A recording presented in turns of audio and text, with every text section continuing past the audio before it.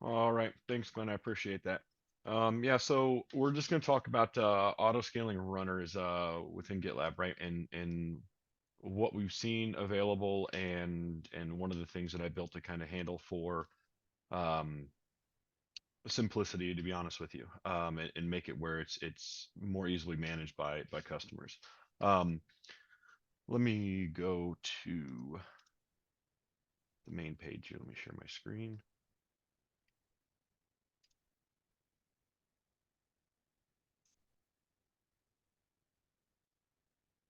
All right, we should be good. Can you all see my screen here?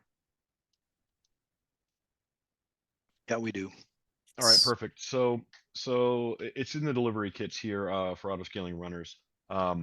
And I just have a kind of a quick blurb here about there's a few pieces here with vending machine and Docker machine and some other items that have been built in the past. Um, just to kind of quick give you a quick rundown, if you haven't looked at vending machine, you can look at these links. Let me actually, I'll throw this in the chat just so you guys can get to it easily. There we go. And um, I'm actually going to start with Docker Machine real quick. So Docker Machine, it runs on Docker Machine. What it does is it stands up. So we're going to talk about AWS specifically. It stands up an EC2 instance. That EC2 instance is it's the manager, and that manager essentially spawns other EC2 instances based on jobs in the queue. Um, One of the issues that um, customers have run into is those spawning instances are hard to manage because you have almost no insight into them, and to inject custom controls um, or like proxy information or whatever into those becomes rather difficult. And also Docker machine's been deprecated, so there's not any active functionality being pushed to it. GitLab owns, or GitLab manages its own branch of that. We forked it, and really it's only security controls that are in there. There's no real functionality being injected into that. And we as a company are looking at deprecating the Docker machine piece of it. And we've come up with our own capability that essentially mimics that, where it stands up an EC2 instance as a manager and uses other functionality to spawn off EC2 instances. Very similar to the way an auto scaling group works, but instead of using the native auto scaling functionality in AWS, it's using an EC2 instance with privileges to launch other instances. Um, One of the um, pieces of feedback I've gotten from some of the customers is they don't want to put an IAM role on an EC2 instance that has full EC2 privileges. Um, because if that gets exposed with whatever means necessary, then it can cause some problems. Um, so that's where the Docker machine piece kind of becomes a little bit more difficult, but also getting it established and functioning properly is a little bit of work up front. But also one of the pieces you have is each one of those machines that spawns off only picks up one job at a time. So you don't have the ability to have an EC2 instance that can pick up several jobs. Essentially, it runs one job in the pipeline and then comes back and says, I don't have any jobs, right? And it'll pick up the next job. So you have a lot of compute power there in those EC2 instances that aren't going to ever be leveraged.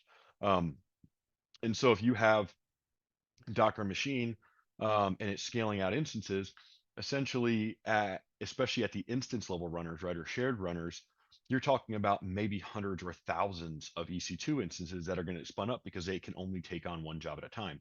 Now in Docker machine, you can set the limits and say no more than 50 instances or what have you. But if you do that, now you're going to see a bunch of jobs getting backed up in the pipelines, right? And they're waiting for a runner to pick up, waiting for a runner to pick up, waiting for a runner to pick up. And next thing you know, pipelines take, half an hour just to begin the process, right? They don't get picked up in a timely fashion. Um, so Docker Machine's been kind of troublesome. It was a good solution when it was released because it did answer the mail, but over time it's become a little bit antiquated and hard to manage, especially for customers running in secure environments that have proxies and or offline or what have you.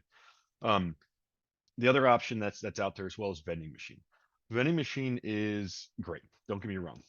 I've looked at it. I've played with it. It has a lot of capabilities.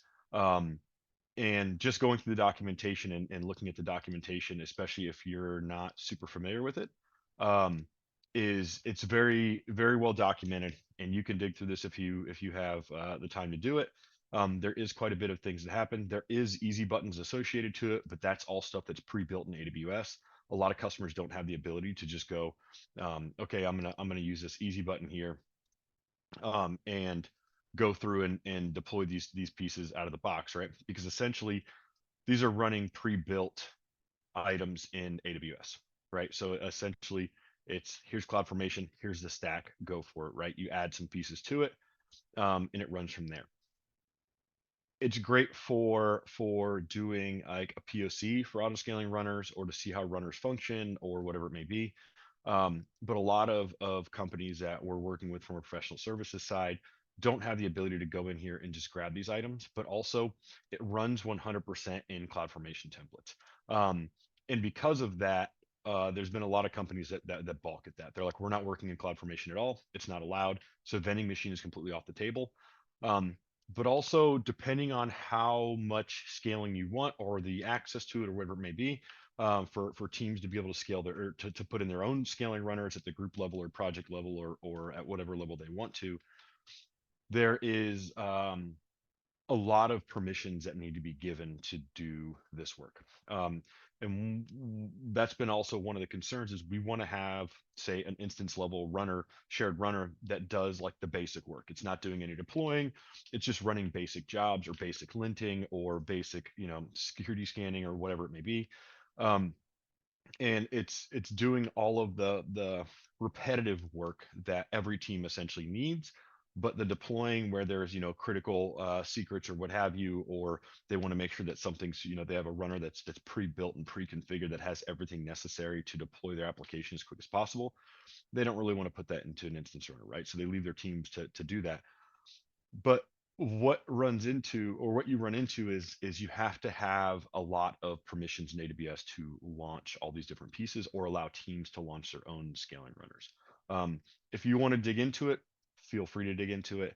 There's a lot there. The also piece of it is they do offer Docker machine in here as well. So if you want to run this and run a Docker machine instead of auto scaling groups, you could do that as well.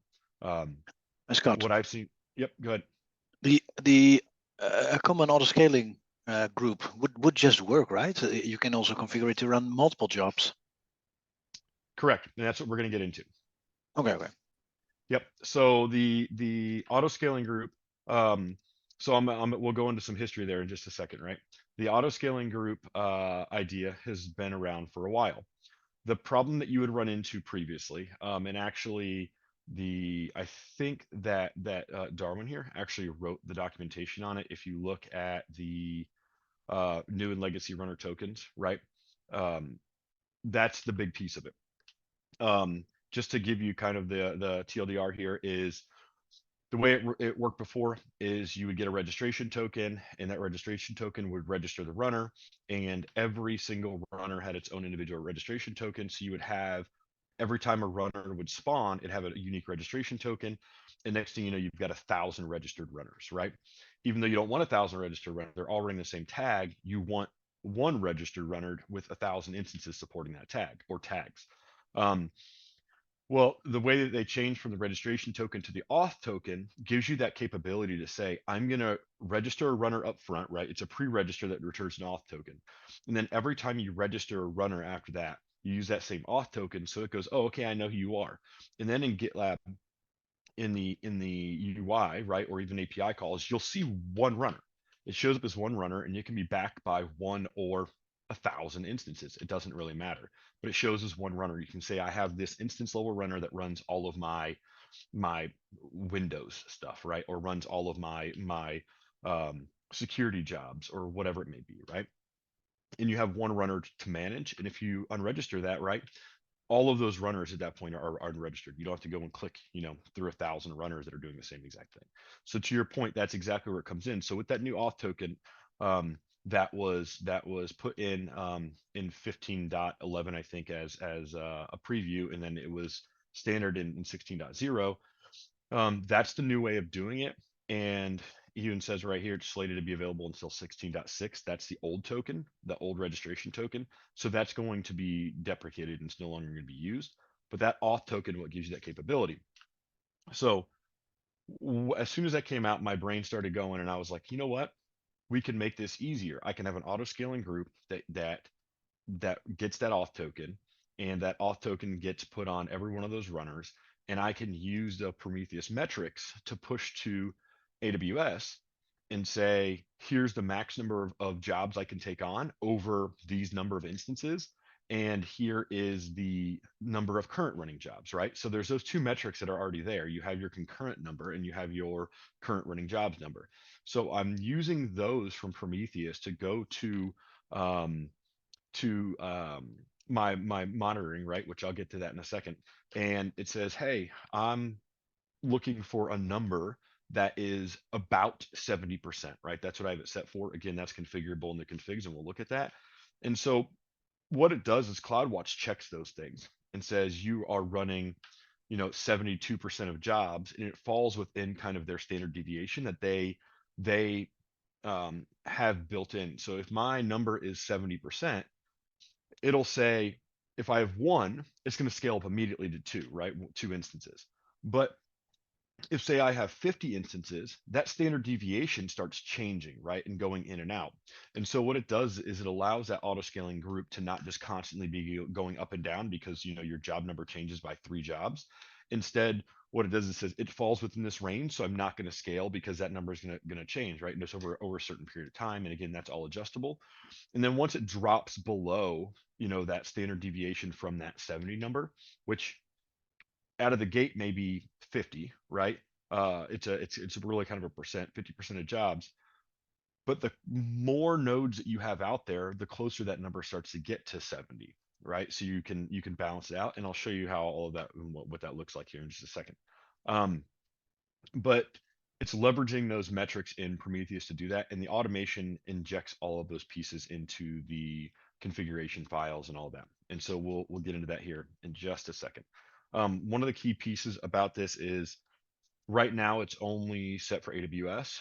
I've been looking into GCP and Azure, but this isn't my full-time job doing these auto scaling runners. So as I get time, I kind of get into it, and I have some issues in this project. If anybody wants to pick it up, you can look at these issues, and essentially it is investigate requirements for Azure, investigate requirements for GCP. This is for other OS types like Ubuntu, right? And then I have a sub one here for Ubuntu itself, right? And so we have RHEL right now, and we have AWS Amazon Linux 2 that are currently supported kind of out of the box. If you wanted to run for Ubuntu, it would be some minor changes, not a big deal. So let's go back here to the README. And this is where the README would get updated to kind of point to those pieces. So this is auto scaling runners in AWS. This is using the AWS Terraform provider. And for this piece of it, if you want to, I need to add it to her actually. Actually, it's right here, right? It's using the GitLab Terraform provider for all of it. And then the AWS Terraform provider for AWS. And like I said, it currently supports Amazon Linux 2 and RHEL 8. So let's go ahead and go to the documentation here for AWS. There's kind of two pieces to this. You need to have an image that's pre-baked with all of your requirements. And there is some Packer here just to create that image for you to make it easy. If there is another method that the customer is using or anybody's using to say, I have a pre-baked image that has all this stuff already in it, you can pass that image ID, not a big deal. But what we're going to do here, and so make sure my session's still working here. It is good. Okay. So what I'm going to do here is create the Packer image. I'm going to kick that off, and then I'll talk about it real quick. Essentially, if you look here, um, there is the Packer, the user data, the variables that are preset, right? And then this is the auto variables. This is what's going to get picked up by Packer, so you don't have to tell it what the variables file is. So let's just take a look at that file before I kick this off, and then we'll dig into the other pieces as well. So these are all required. Whether you use them or not doesn't really matter. But essentially, if you want to pass an image ID that's already pre-baked, right? You can pass that image ID. If you are saying, I don't really care about the image ID, I just want something that is Amazon Linux 2 and meets kind of these requirements, this is like the search criteria here. What's the username going to be? So if you're using like Ubuntu, it's not going to be EC2 user, right? So you would change that here. And then also what VPC ID, what subnet, because it's going to essentially launch an EC2 instance, run all of your scripts that are as necessary, put that into a snapshot, and then create an image out of it to be used. And then you can set your GitLab runner version here. I'm just gonna do 16.7.1 because it's already in there. There's no reason to make the changes here. And so kind of just following this documentation real quick. And again, this is where you would look at those pieces. Here's all the requirements here, and you're gonna get the image out of it. But we're already in this directory doing an init just to make sure you've got all the plugins in place, a format, a validate. And then here's kind of the big piece of it to create the image is, do you want to find the image or are you providing an image, right? There's two different pieces that build, and we'll look at that in just a second. I'm going to go the easy route because I don't have to go find an image. I just want to say, hey, find the image for me, and it's going to be Amazon Linux 2. So I've already done the format and the init and all that kind of stuff. And so I'm going to go ahead and run this. It's going to create all these things. We'll come back and look at this in a second. All right, so let's kind of look at the code that's associated to this build here. I'm going to leave the documentation up. And here's Packer for AWS. So here's kind of the example variables here that I just showed you. This one's an example. I don't want to push my variables up to source code, so that's where they're at here. This is a user data script. So this is the big piece of it to get everything installed. This checks for the OS type and is seeing what OS it is, so it knows what to run, right? So if the OS type comes back as Fedora, which is going to be Amazon Linux 2, Fedora, RHEL, CentOS, any of those. If it comes back with anything in Fedora, some of the Amazon Linux 2 images come back with like Fedora dash RHEL dash, oh, it comes back with a bunch of items, but Fedora isn't all of them. So we'll look at the Amazon Linux AMIs just because that's what we're running. The other ones kind of have different instructions as necessary, and we can look into that. If it doesn't match any of these, it just comes back saying it's not supported. So let's kind of get into that real quick. If it's Amazon, like we're using Amazon Linux 2, it's going to install Docker per the requirements in Amazon Linux 2, right? So that's going to be using Amazon Linux extras, and it's going to start the service, and it's going to modify the EC2 user to be able to use Docker. Otherwise, you would have to use it as root, and we don't necessarily want that to happen. And then it's going to install the AWS CLI by first removing anything that's older. It's going to install unzip and JQ because those are necessary to unzip this zip file you have to download, right? And then it's going to do an install on it and set the installation directory and all that. And then we're going to actually remove that zip file because we don't need that extra data. This really isn't huge. It's just a kind of a cleanup effort here. So same thing for RHEL. It's just doing it a different way because it's different requirements for Red Hat. And if you're using RHEL and you don't have a subscription manager, you're going to run into a problem with installing Docker. And so that's why this is actually looking at the CentOS repo to pull it down. So if you want to run it on RHEL and you don't have a subscription, or you're just trying this out, you can do that. Again, this can be edited for whatever your needs are down the road. And then we're going to install GitLab based on the runner version here. And then we're going to install the CloudWatch agent, install the SSM agent, and the session manager plugin. And then again, this is just going to reply back. There's, work in progress for the Debian piece. Otherwise, it's going to come back and say it's not supported at all. All right. Scott. Any questions so far? Yep. Yeah, exactly. So there's a part that happens in Packer and a part that happens on provisioning, basically. Correct. Packer is going to create the image that you're going to Yeah. use for your auto scaling group. But I've seen deployments picking up some generic image, let's say Amazon Linux, and everything happens in user data. That's sort of nice too, because you don't have to maintain these images. Right. But the user data gets very long. That is true. Yeah, and so also what happens is you end up having an auto scaling group that scales an image and has to do all this install work before it can do anything, right? Instead, this is already there. All it does is to run the register command, and it's picking up jobs within seconds of scaling, right? Usually within 60 seconds, it's already reporting as healthy and it's able to pick up jobs. And we'll see that here in just a second.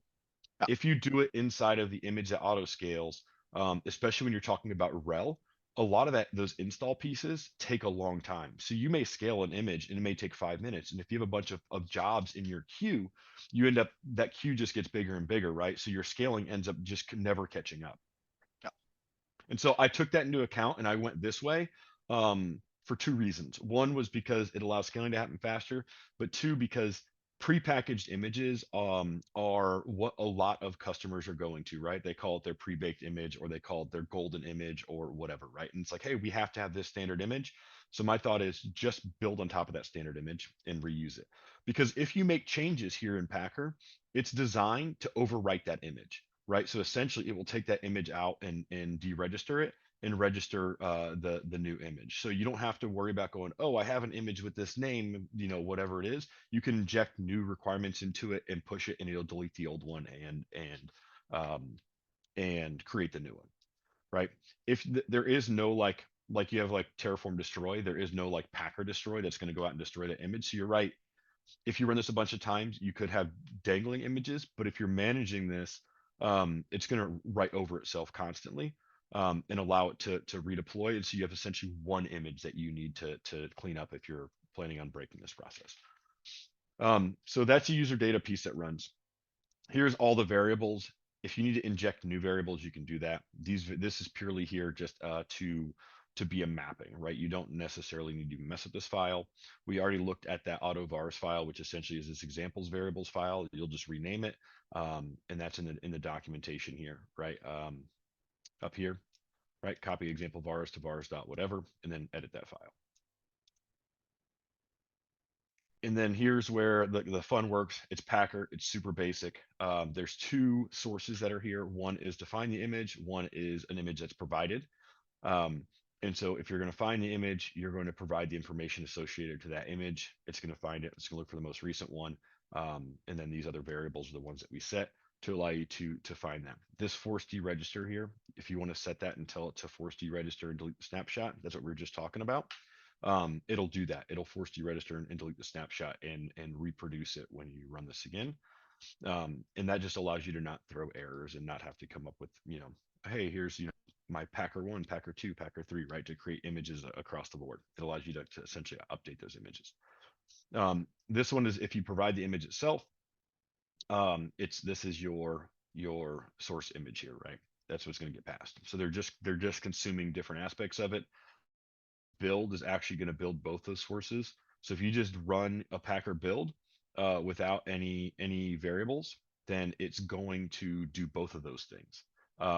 And so you're going to run into, now I have a bunch of things that get deployed, right? And that's kind of where following the documentation of how to deploy these things is kind of important here, right? I should probably put a warning in here. It says don't do both of these. I mean, you can actually run this as one thing and say, hey, do this on a pre-built image and do this on an image you found, right? If you can do some kind of comparison. So it's one command you can run from there. This does not impact the deployment. It's just in the same repository, right? This is just a way to produce the image. If you want to produce it any other way, go for it. It doesn't matter, right? It does expect that these requirements are in there, right? Docker's installed, GitLab runner's installed, there's CLI is there, unzip JQ, CloudWatch agent, SSM, session manager plugin, right? It just but you can build any way you want. This is just one way to do it. I put it in there just purely for ease of use. And so it's going to create this image. Like I said, this is your build command. You're going to build the AMI, and then from one of these sources, we did find, as you saw. So let's see where this is at. So this is going to, these aren't necessarily errors. It's just saying GPG stuff. You are going to see some like dependency lock items here where yum is locked by some other process. We can have timeouts and checks for that if you want to, but it's honestly doesn't cause any problems. So it's purely just coding if you want to do that. But it completed all the install pieces, so it's stopping the source instance, waiting for the instance to stop, and then it's going to create the tag, or it's going to create the image from there, right? Add the tags to it. So let's talk about the auto scaling group piece of it while we're waiting for that. So you'll create some SSH keys. You can generate them however you want to, right? Here's a link right here that here's how you generate keys. And you're going to put it in this keys directory because that's where it's looking for it. And excuse me, here's kind of an example of that piece of it. And then we're going to do a configuration of our environment. We'll set the Terraform backend. This is going to be using S3. If you already have runners running in GitLab and you essentially want to use GitLab runners to build GitLab runners, you can set his backend as HTTP, right, and have your Terraform files inside of GitLab or what have you. I'm just using an S3 bucket just to kind of keep things a little bit cleaner because also I can destroy those pieces. But this bucket needs to exist prior to. So it's not going to create a bucket because it has no way to pull a Terraform file from a bucket that doesn't exist. So you go create that bucket in a manual fashion that holds those Terraform files, and then you can push numerous runners to the same bucket or what have you. We'll set our region. Again, all these are already set in my files, and we'll look at those. But I just wanted to kind of show them to you. Um, Here, copy this example, right, and do environments.tf. This is running with on-demand instances. Spot instances are coming in the future. I've not gotten around to that, but it could be easily done as well. I just need to work on the flagging for that when it comes back saying you're going to be shut down within 60 seconds or what have you. And the only thing you need to edit is this environments.tf file, right? Once you have it, here's kind of an example of what that looks like. We'll go through it and show you what those mean. But essentially, it's going to be give us information about your GitLab instance. What version are you running on? Um, and the reason that we're looking at the GitLab version and I'm pulling that is I haven't put it in yet, but the intention is to say you're deploying a runner that is, 3 minor versions behind the GitLab version you have, right? Or you're deploying a runner that is, you know, 2 major versions above what you're currently running on GitLab, right? Which we know can cause some problems. So that's why I'm collecting that. It's not really being used right now, but that's one of those items there. We could make an API call to get that information um, and do it in a more automated fashion. I just if it's directly added in there, then we can go from there. So this is going to create a cache bucket because when you have auto scaling runners, you need to have shared cache. So it's going to create a bucket for the cache. It's also going to create a bucket to throw all of your configs in. And then if you want to just destroy everything, if you do a Terraform destroy and you're like, hey, I want to get rid of all those S3 buckets along the way, you can't delete S3 buckets if there's objects in it. So you can say force destroy and it'll delete those objects as well. And then what region you want these buckets to be created in. This is your runner settings. What do you want to name it? What do you want your concurrency to be set on for each image? What image do you want to, or for each runner, what image do you want to use? Is it going to be privileged, right? You can add all these, whatever you want, the same variables that are in the documentation. And again, I gave a link here so you can look at advanced configuration, throw whatever you want to in here. This is the metrics, right? So how long you can change your log group name if you have some requirement within your company to have some kind of naming convention, name it whatever you want. This is going to hold the data for 7 days. You can change this as well. The CW cluster name doesn't really matter because we're not using a cluster, but it's a requirement, right? That's why I said cluster name is arbitrary. Doesn't matter, name it whatever you want to. It's just a requirement, but it's not useful. Then how often do you want Prometheus to scrape? And it's just I have it set to 1 minute and 10-second timeout by default because within the Prometheus documentation, that's kind of the baseline. And so again, if you need to tune it, feel free. What kind of runner do you want? We're going to deploy an instance type runner, but this can be set to project. This can be set to group, however you want to. And so you can add a group ID here, right? Or a project ID, whatever you want to do. You want to run untagged jobs, whatever it may be. Auto scaling group settings. You can dig through these and look at the documentation. It's all pretty self-explanatory. If you know about auto scaling groups, or you can look into it. But a thing I did have here is allowed instance types. If you said I only want to run on M5 mediums, put M5 medium there, right? Whatever you want. I'm saying I don't care. Give me M5s, T3s, T2s, M4s. It's going to look at cost, really, is what it's looking at and saying I'll take any of these instance types. Doesn't really matter. Give me the one that's cheapest that meets this minimum memory and this minimum VPC count or CPU count. Sorry about that. And so as long as it's got 8 CPU and 32 gigs of memory, it's going to find the cheapest thing that's available at that point in time. Once you get into spot instances, this is a little more important, right? Give me any spot instance that meets this criteria. This is the key that was created. You just need to tell it where it's at. Do you want to optimize, right? Security group ID that's associated to those runners so they can have communication. And then this is the estimated instance warm-up time. I have it set to 60 seconds just from my testing. That's been more than enough. And then it's going to output some variables here. All right. So this is just going to be your init normal Terraform. Let's check on this real quick. Okay, it's waiting for the ambient to come ready. Um, this is your Terraform init just to get all of the dependencies in place for the GitLab Terraform provider and the AWS provider. Make sure they're there. These are all. This is you got to create a personal access token. And this is going to be dependent on what level of runner you're creating, but create runner is needed regardless. If you're creating an instance runner, it does need the read user um, um, scope, and so make sure you put that in there. Otherwise, you're going to run into issues, right? And then I just have it exporting this token as GitLab token. um, you can export it as whatever you want. You'll just need to make a change to. I'm lying to you. You can't make this whatever you want. You can add it to variables, but the provider itself is looking for this variable, this environment variable. So if you have this set, it'll use that. If not, you can add it into your variables, your environment.tf. I wouldn't put it there because then you're storing essentially sensitive information. If you push that or whatever, right, then there's a token associated to it.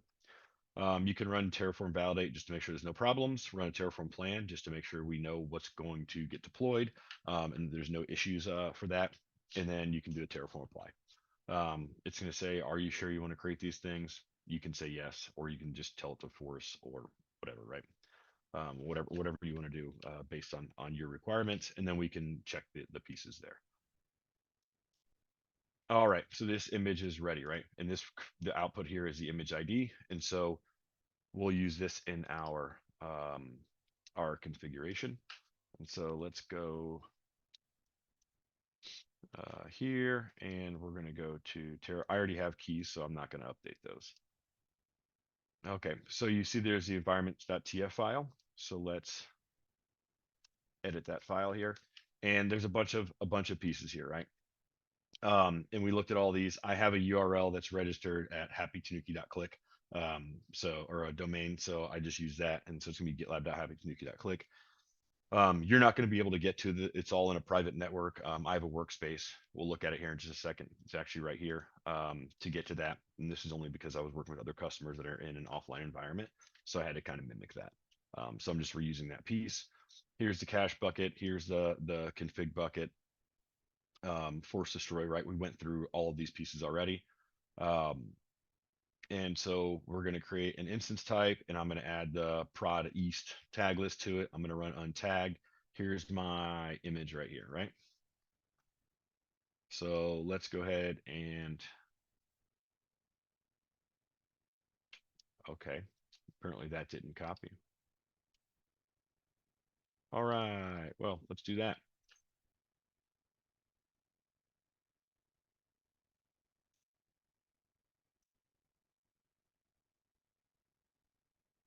Okay, there we go. Um, I'm setting my max size to 50 instances. My minimum size is one. Got some grace period checks, whatever it may be. I want my healthy percentage can be 50% is what I'm saying right now. You can change this to 70%. You can change this to 90%, whatever you want. That's essentially, um, I lied. This is health. I was looking at something else. This is to make sure that you have at least 50% healthy when it starts doing replacement or what have you. If you give it another AMI or whatever it may be, so it doesn't kill all of your instances at one time. Gives you a lot of instance types. The same thing. Memory, CPU, the key pair here, and the other pieces that we wanted, right? I'm setting this to null for instance profile. You can pass an instance profile if you want one, or I should say, if you already have one created. If not, the Terraform that's here is going to create an instance profile that has the privileges necessary to log into that instance and to do the communication that it needs to do, right? Connect to S3, what have you. Um, and so you can look at what those requirements are and say, no, I want to provide my own, or you can go from there and say, hey, I'll go ahead and let this create. Really, depending on the use case, some customers don't have the capability to use automation to build instance profiles. They have another team that does that, and they just say, hey, here's my requirements, and they pass it to them, and you can pass that here. So from this perspective, these are the only updates I'm making, just to make it as brief as possible. So let's look at that. We've got our main.tf, our modules, and variables. Again, the variables are just holding the list of variables that are available to the modules and all that. So my GitLab token is not set right now. So let's do this. You can see there's no runners associated to this right now. So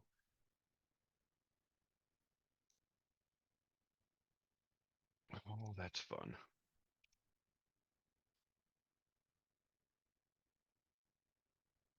All right, so let's create an access token.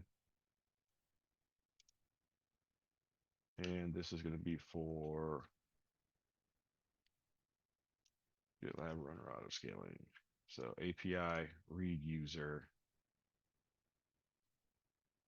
and create runner, right? All right. So it's going to be very important that you export this, because if you don't, um, Terraform doesn't have access to it, right?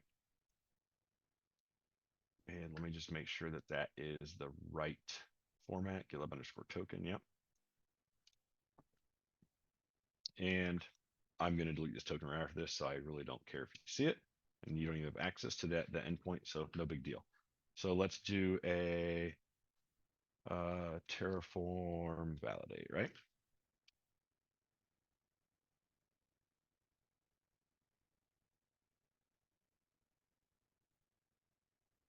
Okay, says everything is good, so let's do a Terraform plan. That's not how you spell Terraform.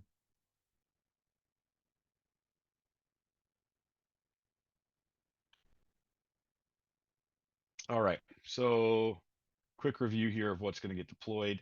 A lot of things, but we'll take a look at them real quick from the top. All right, so this is going to create a auto scaling group called GitLab Runner. There's a bunch of stuff associated to it.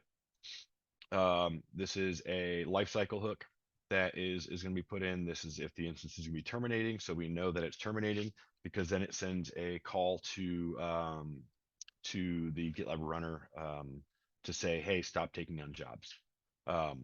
So essentially, it can let the jobs finish that are currently running before it shuts down, and then it makes an API call to AWS and says, hey, all right, we're good to go ahead and shut down. Right, just needs to be done within 60 minutes.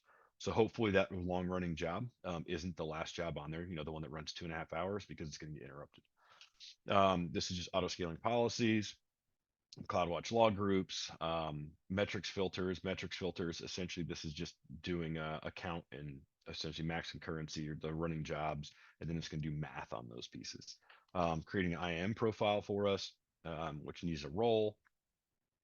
And then there is policy attachments.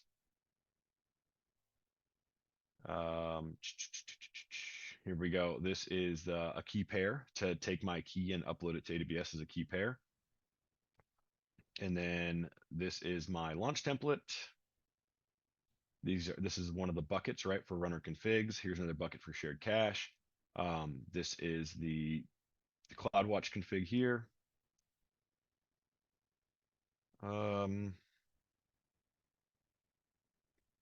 This is the termination config, right? I'm shooting all these configurations up to the S3 bucket because I'm going to pull them down, right? And so I have all of my configurations. So every time that a new instance launches for the auto scaling group, all of these pieces are there, right? My Prometheus scrape is there, my GitLab runner configuration is there. All that stuff is there to be able to pull it down, insert them where they need to be inserted, and get the runner up and running as intended. So you can essentially say I have one source of the configuration. So every time it scales, it's pulling the same thing.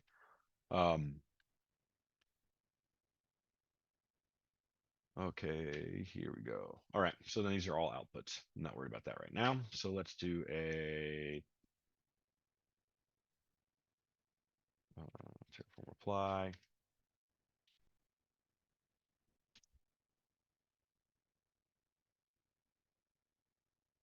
All right, so if you look here, I had no images before. Let me refresh this page here. So this is that image that was just created, right? That I pulled this from. This isn't the right name. I don't know why it pulled that one, but I'll have to fix that. Yeah, that's weird. Okay. Either way, it doesn't really cause any problems.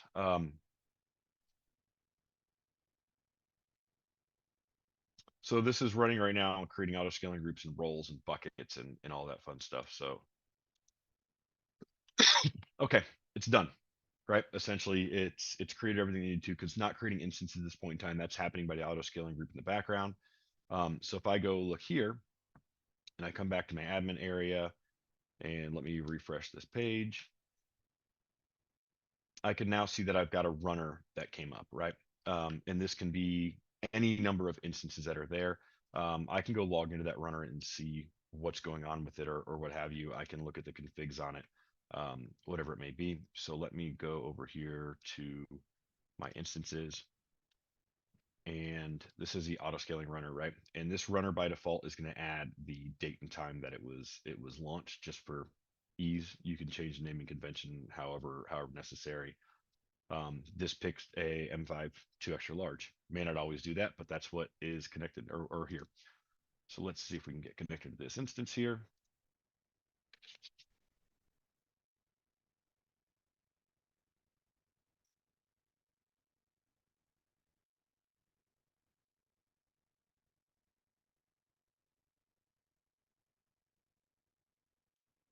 Okay, so here's all the things that are in the GitLab runner directory, right?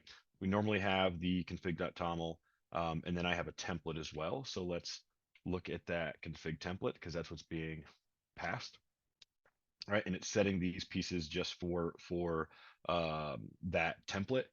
The reason I'm using the template is because I can inject things into that template dynamically. And that's what allows me to do that. So this template is actually going to be leveraged as a dynamic template in Terraform, so it can get injected and uploaded as necessary. Um, let's take a look at the config. Okay, so in the config.toml here, um, excuse me. So this listen address is set up for Prometheus, right? To say, hey, Prometheus is going to listen on this port. My concurrency I have set to 3 purposely just so I can scale the thing out as necessary. And then all the other pieces you need for the GitLab runner, right? It's going to create its own unique token or what have you. I'm using Docker. This is my cache is S3. It's going to this bucket, right? This is all templatized to get injected into these pieces. But all these items I added, in my environments file. So we're up and running there. Let's look at, let me get this back to the top of the screen there. And so there is the Prometheus.yaml. So this is saying what is my Prometheus configuration, scraping every minute and timeouts, for 10 seconds. These are all going to be essentially common here, right? Slash metrics is the endpoint that it's looking for. I'm looking for localhost this. You can change your port if you want to. It just needs to be within the configuration. And then I'm only looking for the GitLab Runner concurrent and the GitLab Runner jobs. That's the only 2 metrics I care about pushing to CloudWatch. And the CloudWatch configuration happens within the user data associated to each of these instances. So now if you look, there's that track lifecycle state. Um,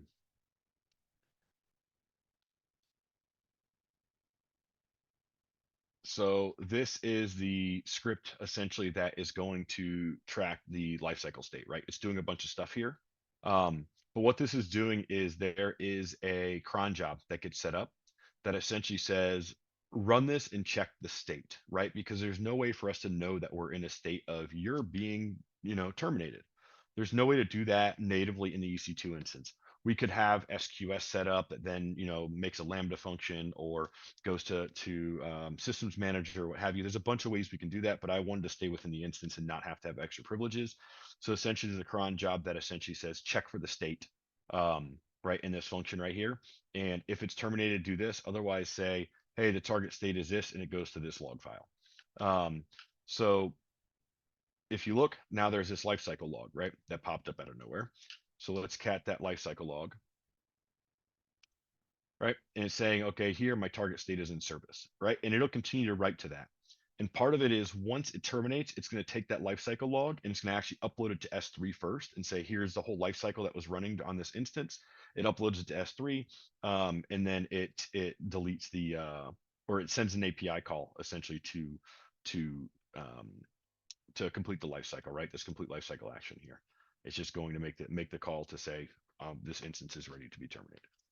But within here, there's also stopping the CloudWatch agent, so stop sending information up so you don't have wrong data in CloudWatch anymore, because it's running jobs that it's not going to be picking up jobs, so you don't want it scaling extra. And then this is waiting for jobs to finish.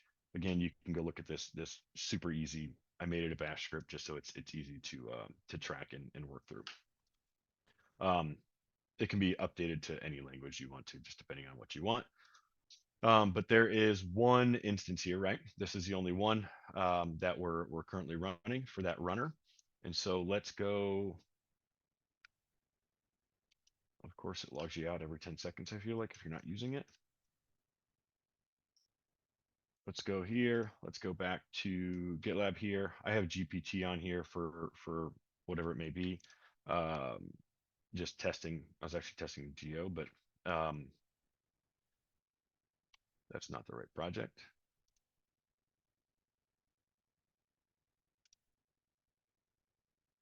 My naming conventions are awesome, by the way. It's, test, another test.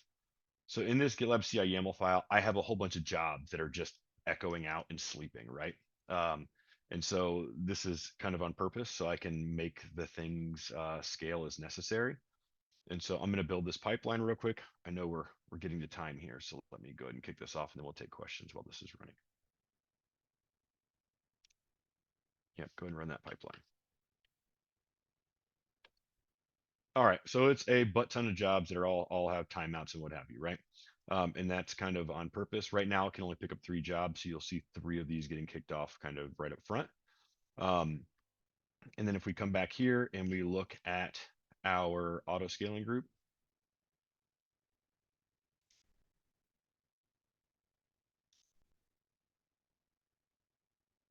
right, this is sitting at max of 50 and desired capacity, minimum capacity is 1. And then here's our activity of that one being launched. And so let's go to, no, I want CloudWatch. Let's go to CloudWatch and look at the metrics here real quick. While I'm doing this, any questions so far? Well, you answered my question that would have been like, hey, is this using the new fleeting thing? But no, it's not. No, I stayed out of the fleeting thing because the fleeting essentially is an EC2 instances that manages other EC2 instances, right? Yeah, exactly. And so instead I wanted to use something native here. So you can see here's my log group for GitLab runner auto scaling.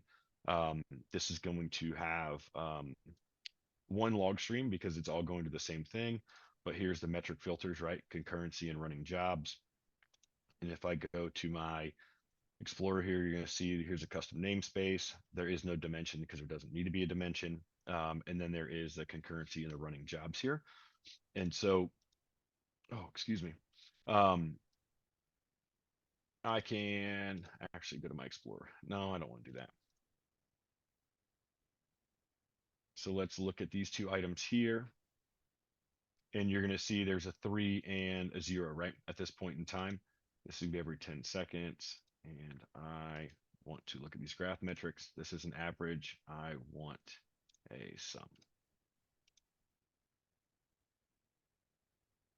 Let's do 10 seconds just so it gives us a little bit more data. But you're going to see that this spiked, right? So now it's running at 3 jobs here. So if I look on the in alarm here, it's not showing any alarms there. So this is showing, so you can see there's a high alarm and a low alarm that are sent, right? And I didn't tell it these things. It set these things on its own based on the number that I gave it. But one of these should be going into an alarm here in just a second. And so this is basing the number of GitLab runners on the amount of jobs running, right? It's combining the concurrent together, right, and summing those, because each individual node has a concurrent setting, right? Yeah. So say it's 10, just to make it easy, and you have 10 nodes that are up and running in auto scaling group. right? The concurrent here is going to show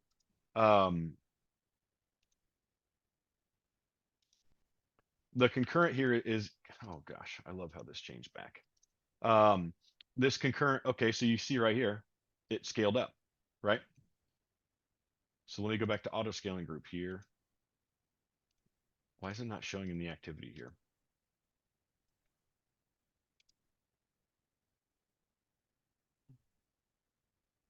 What?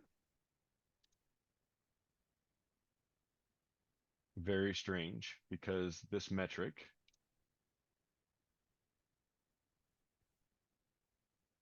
oh, hold on, did I have the wrong? No, it's showing some.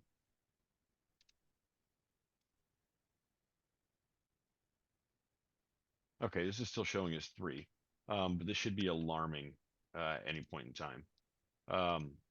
It's got to be for 5 minutes essentially is what it's looking for right now. I can turn that down or up as necessary. Let me see where my job is at right now. Okay, so just to keep this party going, I'm gonna run another pipeline just to pack jobs on top of it.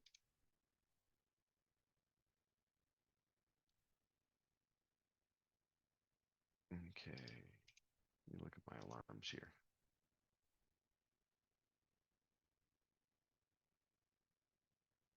Okay, so this should be 3 minutes, right? It's looking at the data points in 3 minutes. Okay, so this is my number here, right? It's hitting 100%. Why this didn't show as an alarm is strange to me. I've not had that problem. I trust that it works, as in it can take time or so, right? That's fine. Yeah, so I've not had that problem though, where it didn't scale those instances. So I'll have to look But into don't why worry. that's not working. Yeah, I've deployed No, this I don't know how many times. no worries, no worries. But we were also struggling with this a bit. How, on what basis do you scale? So is it the CPU usage? Is it the number of jobs or so? And I still It's the don't know number. what the best answer is. Yep. So this is pulling the number of running jobs right from Yeah, Prometheus, and it's running yeah. the max concurrency, right? The number that's concurrent in that config.toml. It's combining all of those together, right? Inside of CloudWatch. It's doing it on its own, right? And so it's saying, here is the number of jobs that you can handle, right? Your concurrency, and here's the number of jobs that you're running. So it could be number of jobs is 0, and max concurrency is set to 10, right? And that number of running jobs is 0, and it keeps showing as 0, keeps showing as 0, keeps showing as 0. It can't scale down from one node because that's my desired. And so what happens is I have a target scaling policy, right? So it says I want to be at 70% utilization of this metric. So actually what will make this a little bit more clear, let me go back here and Terraform here. Let's look at this AWS auto scaling.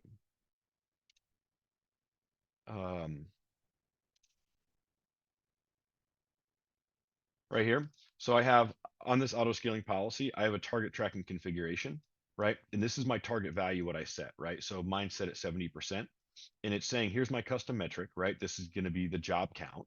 This is going to be my concurrency count, and it's going to give me a sum, right? And then I have a custom metric down here that calculates that and says, take the current, divide it by, take the current, divide it by the concurrency, right? So the number of jobs running divided by the concurrency and times that by 100, and that gives me my percentage, right? In a whole number, not a decimal. And that's the scale that gets set to say, okay, you want to be at 70%. So when you look at your metrics here, I'm really surprised that this isn't scaling.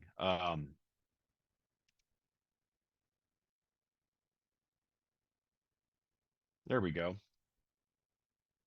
Weird. But yeah, so it's scaling out. I just need to change my timing on it. Yeah, so see, this is in alarm still. All right, just took a little bit of time. So when you're looking at these numbers here, right? If I go to my CloudWatch metrics, and I look here, right? This is looking at 75% is what I have set for my ideal, right? If I'm running at 75%, I'm completely good. What this says is if it's below 52.5, if you notice, this number changed. It was higher than this, right? And it's going to change that dynamically based on how many nodes you have supporting this auto-scaling group. So if I go back to my instances now, and I look at this, I'm going to have another auto-scaling runner here, right? With the, this is when it was launched. The autoscaler was launched, right? So I can say all these instances with the same exact name. I can sort by that because that's my auto-scaling group that's associated to it. So this also launched an M5 to XL, which is fine. But if I go back to my project here, let me refresh this. And this is waiting for this stage to finish. So there's 3 of them. But if I kick off another pipeline, it will do the same thing. Actually, I can look in this final stage, right? It's waiting for that stage to finish. That's why there's only 3. But this is intended not to support one project, right? This is intended to support numerous projects. And so it would be coming from a bunch of different places. And that's why I kick off different pipelines, just so I have the ability to essentially mimic a bunch of different pipelines running at one time, because you never know what your job kind of concurrency is going to be.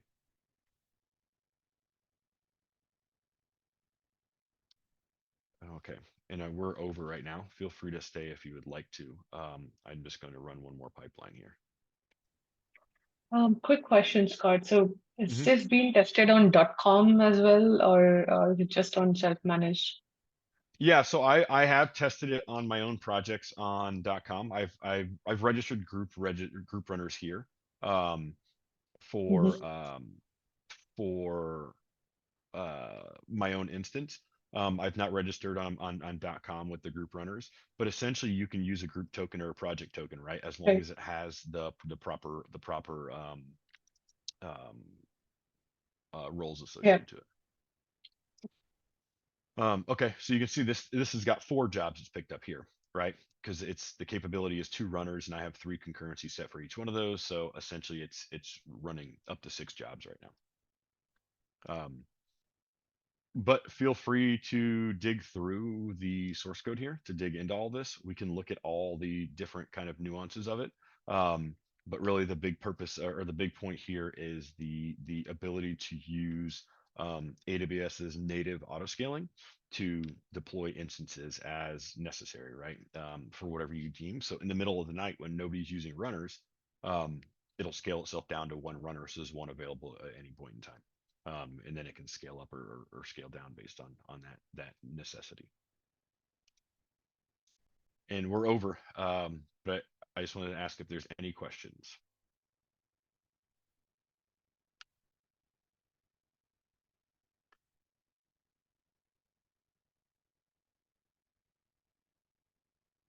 All right, then. Hearing none, I appreciate everybody's time. And oh, Glenn, I see you're back. I snuck in. No, you're good, man.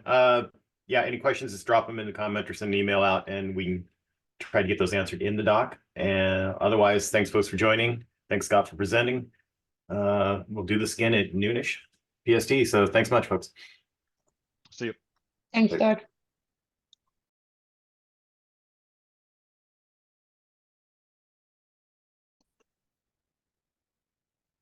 Howdy, everyone. Thanks for coming to the Feb 9 session number 2 of Enablement. Once again, Scott Henson will be walking us through auto-scaling runners. Take it away, Scott. Thank you. Yeah, thanks, Glenn. I appreciate it. Let me share my screen real quick and then we'll get started here. All right. So this is the documentation here. Let me drop the link here in chat just so everybody has it, and they can play along. So essentially what drove this was the change in the way that GitLab registers runner with the auth token as opposed to the registration token. But also a lot of customers had a need for auto scaling. Y'all can see my screen here, right? Yes. Okay, just making sure. And so there was a few options for auto scaling runners, and some are a little bit easier than others. Some use some technology that isn't allowed in some companies or whatever it may be, right? So let's kind of talk about those real quick just to go over them. We'll talk about Docker Machine first. So Docker Machine is essentially it's been dead for a while now, right? And we forked it, and as GitLab we forked it and we're keeping it up to date from a security perspective, but we're not injecting any functionality into it. So it's kind of dead in the water, but it's still usable. The way Docker Machine works is an EC2 instance gets stood up, and the Docker Machine application essentially spins out or creates EC2 instances based on need. Each one of those instances can only execute one job at a time. So it spins up a whole EC2 instance to run one job. So even if that job's like a echo, I'm done, right? You got an EC2 instance that then ran that job. It doesn't spin it down immediately. It looks and sees that there's a queue for other jobs. But what you end up running into is if you're doing this at the instance level or even a larger group level, you end up having hundreds or thousands of EC2 instances out there to run hundreds or thousands of jobs across your instance, right? And that gets very, very quickly, that gets expensive because each one of those can only run one job at a time. And then you also end up having a lot of EC2 scaling in and out fairly quickly.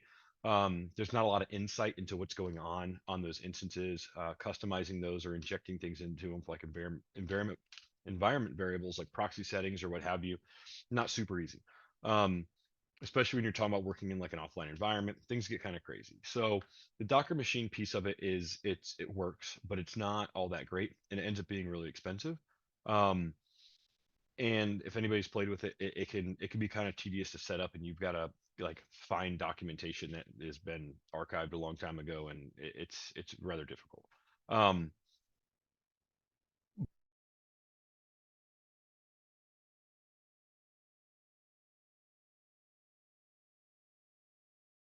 And a lot of customers came back and said, we don't want that.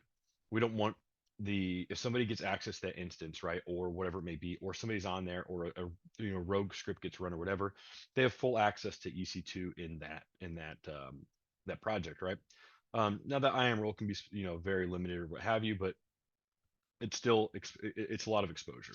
And so a lot of customers weren't super happy with that, and they've had to put in a bunch of customizations to kind of limit their blast radius. GitLab's come out with another piece of it using that fleeting plugin, which essentially it does the same functionality that Docker Machine does, but doesn't use Docker Machine. The fleeting plugin instead is running on an EC2 instance that spawns EC2 instances. Again, functional, a little bit difficult to set up. You have an EC2 instance there that will never take on jobs. It's just there as a controller. Another piece here is vending machine. Or another solution I say is vending machine. Vending machine is great. Don't get me wrong. There's a lot of functionality in it. They've done a lot of work on it. They work with AWS to make it as usable as possible. There's quick starts built in, but it is all backed by CloudFormation templates. A lot of the customers I've worked with either aren't using CloudFormation templates or aren't allowed to use CloudFormation templates. And so that kind of takes that whole solution out immediately. If you want to set it up as a vending machine where users can essentially spawn their own runners as necessary for their projects or whatever it may be, there is some permissions that are required there. And for some of the customers I've worked with, their team isn't able to get all of those permissions, right? There's other teams that handle those permissions or whatever it may be. And it's hard for them to get that up and running in their environment. They can do it at a low level just for individual like runners, but to offer it as a service within their environment, it's almost, for some customers, it's been almost impossible. So once we transitioned from GitLab 15 to GitLab 16, right, there was a change in the way that the runners are registered. Instead of the registration token, it's using an auth token. The registration token, the way that functioned was that you'd send the registration token and it would register in GitLab and you'd see it under your runners there. Well, if I had like an auto scaling group of the registration token, every time it scaled, it would register, right? And it wouldn't automatically unregister. So you could put in some scripting to do that, but again, that's a whole bunch of custom scripting that it really doesn't solve a problem long term. But also, if you're using it from an instance perspective, now you have an auto scaling group or what have you that has 1,000 registered runners, right? So if you've got to quickly break that, so you're like, hey, runner version 16.7 or whatever it is has some security vulnerability in it. Well, then you've got to go through and essentially deregister every single one of those. And if you've got a bunch of them, it makes it rather difficult. So the way that it's been changed is it uses the auth token. So now essentially you pre-register a runner and it gives you an auth token. And then when you run your registration command, you pass that auth token. Well, 1 to n number of instances or runners can use that same auth token, and it shows as one registered instance in the GitLab UI, and it can be backed by 1 to n number of actual EC2 instances. But also what that provides you is each one of those instances can then have like a concurrent number of 10 or 50 or whatever it's supposed to be based on the resources of that runner. So it allows you to run more jobs per runner, or per instance, I should say, and allows kind of that scalability, where each instance that stood up and the time it takes to do that, it has the ability to take on more than just one job. So you're not wasting a bunch of resources from that perspective. And so what I did was I essentially created this project to use auto scaling groups and went through and, how can I control these from a scaling perspective. I'm using the Prometheus metrics for concurrent, which is essentially whatever your, the max number of jobs that runner can run. And it's using the current running jobs metric from Prometheus as well. It's injecting that into CloudWatch. And then it's using some CloudWatch math inside of the policy to say current jobs divided by, max jobs equal, times 100 gives me a whole number that is whatever percentage, right, of max that could be possibly run. So leveraging that, I can set a target within the auto scaling group to say run this many runners. So let me just kind of walk through the documentation here. Any questions on the other approaches for auto scaling that I talked about with vending machine or Docker machine or the fleeting plugin or anything like that? All right, hearing none. Right now, this is only available for AWS. There is some issues out there that I created for GCP and Azure and investigating those, but we've not gotten into that. And then Amazon Linux 2 and RHEL 8 are the only two OSs that are currently injected into this to be handled for. Ubuntu is kind of on the roadmap here. So let's look at the documentation here.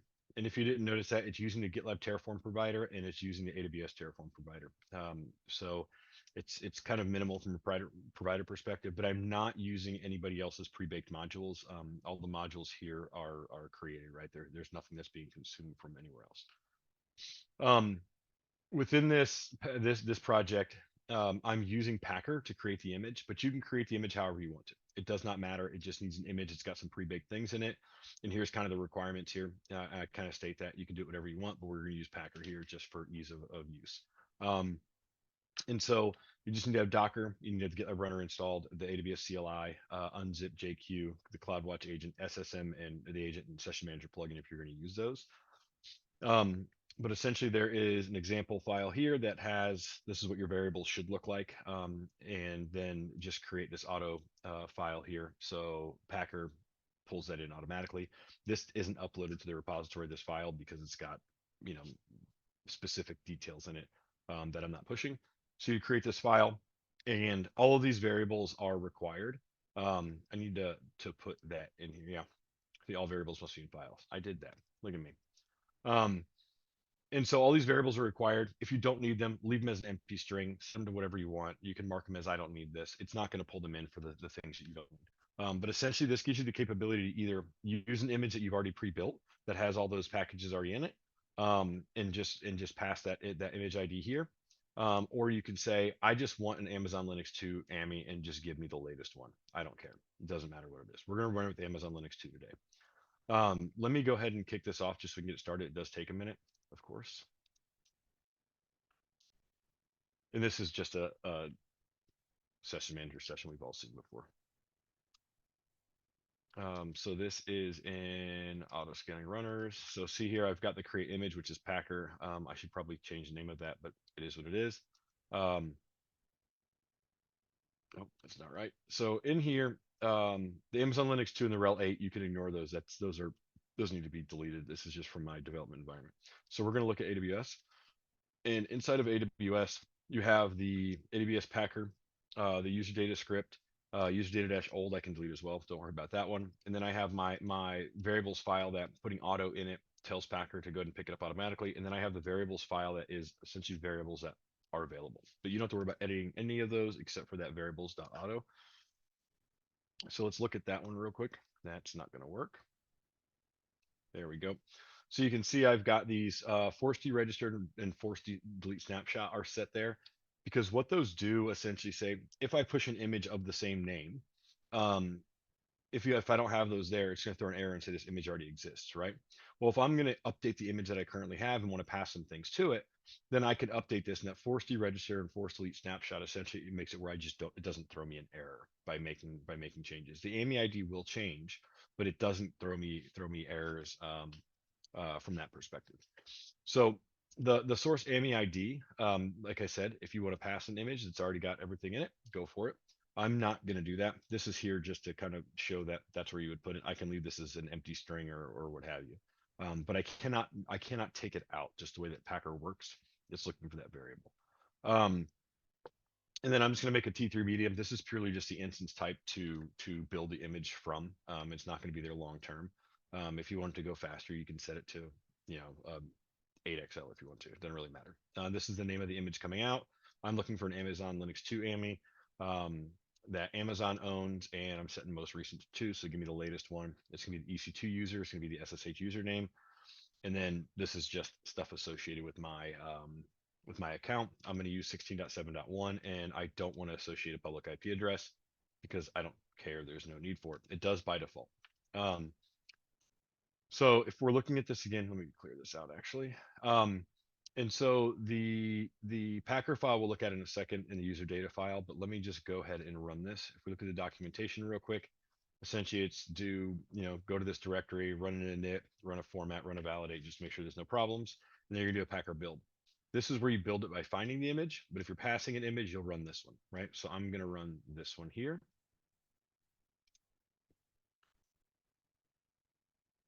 And it's going to kick all this off. Let's go ahead and let it run, and we'll dig into what's actually in this here. Okay, so here is the Packer piece of it. So what this is doing essentially is it has two sources, right? This is image find and image provided, and it's exactly what I just talked about. It's going to look up, right, AMI filter based on the pieces that you give it in the variables there. And then if you're going to do image provided, it's just the AMI ID, and the rest of these are all just the variable pieces. And then this build does both of these, and that's why I am explicitly telling it to run the image find, right? If you do just a Docker build dot, it's going to run both of them, which may not be what you want it to do. Any questions so far? All right. So in the user data script, essentially what's going to happen is the OS type, right? It's looking for this OS release and getting that information. Francis, you had a question? As you see, Hey, Scott, yeah. Yep. Just the file you were just looking at, although it looks like Terraform configuration, that's actually Packer configuration, right? It just because both from HashiCorp, so they're both HCLs, so it's a similar syntax, right? Yep. That's all it is. Yeah. Okay, Yep. cool. Just confirming that I knew what I was looking at there. Thanks. Yeah, it's essentially the same approach to both of them. Packer is not nearly as extensible as Terraform is, but it has the same kind of approach. So if you're used to Terraform, Packer is pretty easy to use. So this pulls the OS type from the OS release file, right? An OS ID. And then if the OS type is Fedora, which is going to be Amazon Linux, RHEL, Fedora, of course, CentOS, those kind of things, then it's going to run these pieces. If it's anything else, right, we essentially have it set to down here, right? If it's Debian, it's a work in progress because I'm currently working on that. If it's anything else, it's just not supported, right? Or as of now, we're not looking at anything else. If it's Amazon, it's going to run these pieces. If it's RHEL or CentOS, it's going to run these pieces. Essentially, it's kind of the same approach to all of them. It's just a matter of what needs to be installed, right? So we're going to install Docker. We're going to install the CLI or update the CLI as necessary. And then we are going to install the GitLab runner, install a CloudWatch agent, install SSM, and install Session Manager plugin, right? The things that we set are requirements. So it's going to run all of those pieces as necessary. And that's just in the user data, right? So it's all pre-baked with what's necessary, but we're not registering anything. We're not doing anything. We're not starting services. We don't need to do anything. We get the packages in place. Once that image is created, we'll get it outputted here. This is just doing all the install now. I'm not going to sit here and watch this scroll. We'll look at the other documentation real quick. So just to run through what we're doing for the auto scaling group, you'll create some SSH keys, and this tells you how to do it. And then we're going to actually do the configuration for the environment. This bucket holds your Terraform state. It needs to be created prior to any of this kicking off, right? So this is one of the more manual steps. You can't store a Terraform state about creating an S3 bucket in an S3 bucket that doesn't exist, right? So you just need to know where that state file is going to be. If you already have runners running on GitLab, you essentially could also set your backend as HTTP and deploy runners from runners, right? If you really want to do that. Set your region. We'll go through all this stuff here in just a second. And then your environments.tf file, right? That's where everything is going to be. Right now, on demand is what's there. There is not spot instances supported. That's another item that needs to be added there as an option. But just to run through the kind of the configurations, it's your GitLab settings, and then it's going to create some bucket settings here. Or some buckets. It's going to create a bucket for shared cache for the runners, because as the runners spin up, if there's no cache associated that's shared, then one instance picks up a job and another instance picks up a job. Well, there's no cache there, right? So since it fails to pull cache, and then caching is kind of worthless. So this is using the shared caching pieces available. So it's going to create a cache for that, and you can name this however you want to name it, right? This is all variableized. Add tags however you want to. I'm just putting them in there for an example. And then also all of the configs associated to the runner, right? So there's a lot of configuration needs to get put into the config.toml file. You need Prometheus needs to get set up, right? There's all these things that need to happen. All those configurations are going to get put into this config bucket. So if for some reason on the fly you need to change something, you don't need to redeploy Terraform, right? Yes, you would be out of sync, but if it's like, hey, I need to do this now, you can go to the S3 bucket, right? Or you can just pull that file down, make the changes, push it back up until your auto scaling group starts cycling. So if you're in a bind, it can get you out of it fairly quickly that way. And then this object storage force destroy, essentially, if you do a Terraform destroy and there's objects in the bucket, that bucket will not get deleted, right, by default. And that's because there's objects in the bucket. So this force destroy essentially says, I know I'm trying to destroy the bucket. I don't care. Get rid of everything in it. So you can set this true or false, up to you. These are just GitLab runner settings, pulled directly out of advanced configuration. You can look at them and change them however you want to. This is just log group information about the log group name. What do you want to name some things, some scrape intervals, things like that. Fairly straightforward. And this is for your runner creation, right? There's 3 types you can have here. You can have instance type, a project type, or a group type. Completely up to you. Access level, description are common. Runner lock, timeout, pause, those are all common as well. Same thing with untag and tag list, right? The project ID and the group ID are the ones that are going to be different. If you want to have a group runner, right, you'd pass a group ID and set this to group type. If you want to do a project runner, right, you pass a project ID and you change this to project type. And that would allow you to register the runner as an autoscaler runner at whatever level you want to, right? Because that's essentially what the GitLab Terraform provider is looking for, right? What type of runner you want to use, and instance type, project type, and group type are the only options available. We're going to install an instance type runner, and you'll be able to see in the admin panel. I have an instance that I'm going to connect it to. Of course, on .com, you can't do an instance type runner. You'd have to do a group type runner, and that would be either at your top level group or any nested group underneath it. And then here's just some auto scaling group settings for the auto scaling group. This is going to be your image ID, right, which we're creating right now. What's the max size, the min size, pretty much auto scaling things, right? Subnets, all that kind of stuff to go through here. There's nothing really, there's not too much here to talk about except this. So this is allowed instance types. If you only want to run this on M5XLs, then put M5XL in here and nothing else, right? It's fine. It doesn't really matter. What I'm saying is I want any kind of M5, T3, T2, or M4. I don't care. I'll take any size you'll give me as long as they have 32 megs of RAM and 8 CPUs. Right? As long as they have those, I don't care. And it's gonna get the cheapest one. It's not a spot instance, but it's gonna give you the cheapest one of those. So if you don't want to have to do any kind of investigation, you can do it from there. If you need an instance that's more compute heavy, then you can pick compute heavy ones, right? If you need one that's more memory intensive, you can do the same thing. This is just the ID keys that I told you got to make before. And the rest of this is pretty common, right? What security groups associated. This IAM instance profile, if you have a profile that's already created that can do the work as necessary, you can provide that name here. Otherwise, you can just leave it out or set it to null, and the IAM profile will get created for you. So it's part of the Terraform to create the IAM profile with the permissions necessary to do the work that it has to do. Hey, Scott, that feature where it picks the cheapest instance type, is that just a built-in feature of autoscaling groups? Yeah. Oh, interesting. Cool. Yep. So we'll do a validate here, right? So we'll do an init to get your providers in place. We're not gonna have to run that because it's already been done.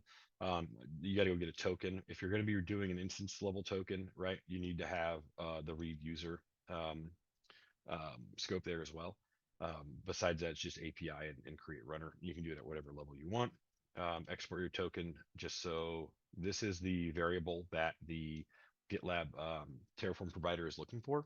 So instead of putting it in your variables file and saving it with risk of then uploading it to source code or something, right? Instead, you just pass this variable there, export it, run your Terraform, and whatever you're running it on, right? As soon as it reboots, that's going to go away. Validate, plan, apply, what have you, and then we'll check and make sure everything is working. Let's see where we're at here. Okay, so it's creating the image from that instance. So this is the AMI right here. It's going to output the AMI again, but this is the AMI right here. So we'll start putting that into our configuration, and it's just saying it's waiting for it to become ready. So let's go. You can see I had no images, and now here's the image, right? And it's showing it as pending. Perfect. So that's the image ID there. Let me come over here, and that's the instance that was created to build it, right? And now it's in the stop state, of course, and they'll delete it here in just a second. And then I'm using this jumper box here, and I'm just going to create another connection to it just so while that's running, I can wrap these things up.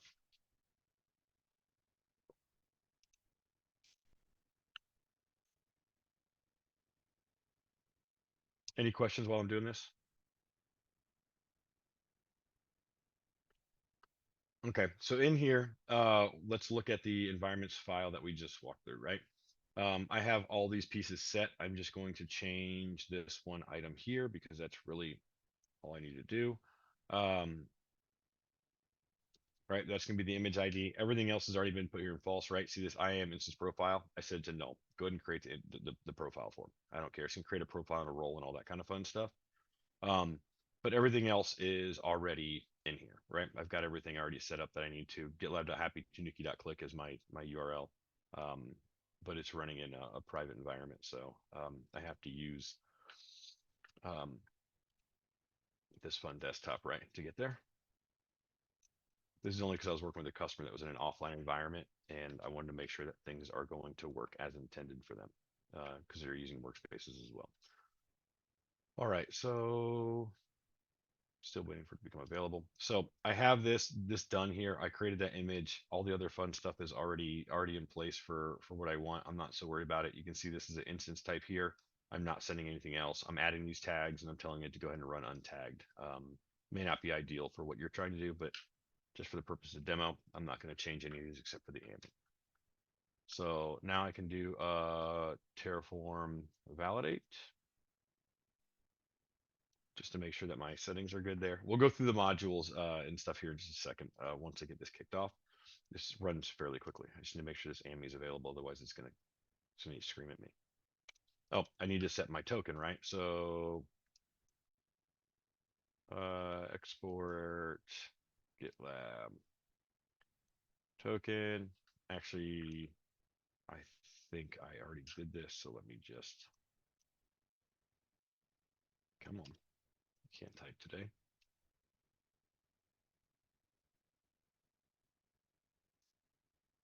All right, I'm gonna delete this afterwards. So what am I at, 985? Okay, so I just set my token, right? So let me do a Terraform plan. Well, this is fun. I don't think the plan's gonna go through, but we'll see.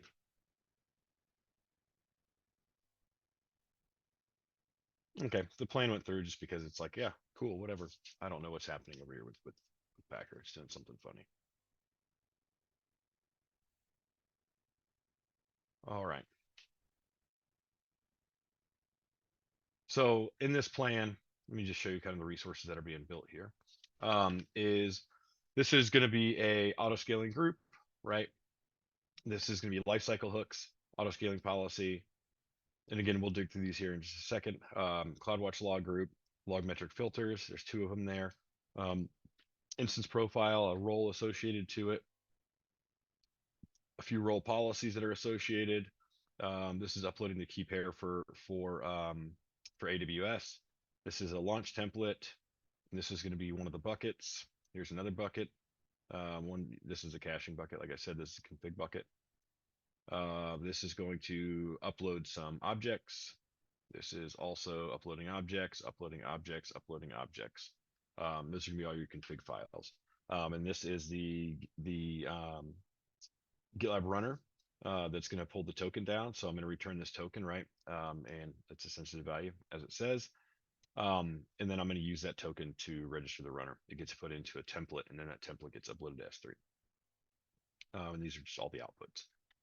So where are we at here? Okay, it's available. So here's the AMI ID that came out of it. It was the same one that we copied before, so I'm not going to recopy that, but it does give that output. So now I can do a Terraform apply, and essentially get the same exact information from that plan. Yep. Okay, this runs fairly quickly. Just give it a second. Any questions while this is running?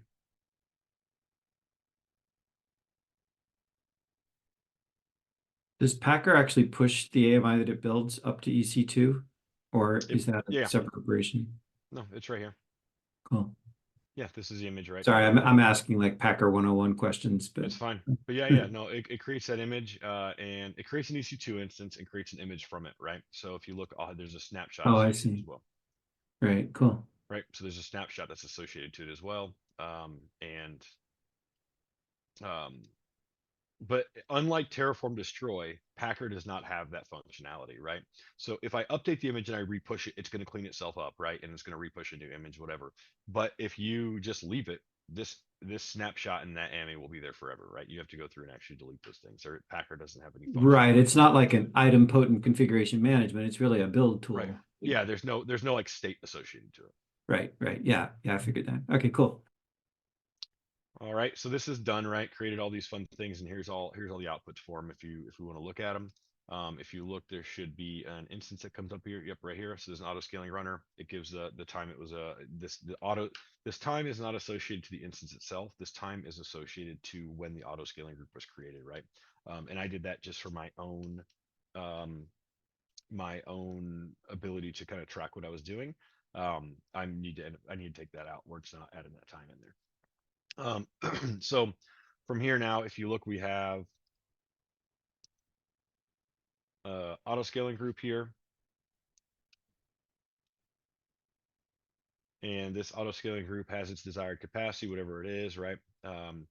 Let's look at the activity, not that one. So it launched this instance. So it's running a bunch of stuff on that instance to get everything registered. If I go look at my my items here, right? I've got no runners here, but if I refresh this page, then we're going to see that there's a runner registered, right? So now this is registered. It's online, last contacted just now, right? So it checked in and it's good to go. So I'm going to go ahead and run a few of these pipelines. They just have mock jobs that have sleeps in them, right? So essentially it makes it like there's a bunch of projects running at one time, and we'll see this thing start to scale up.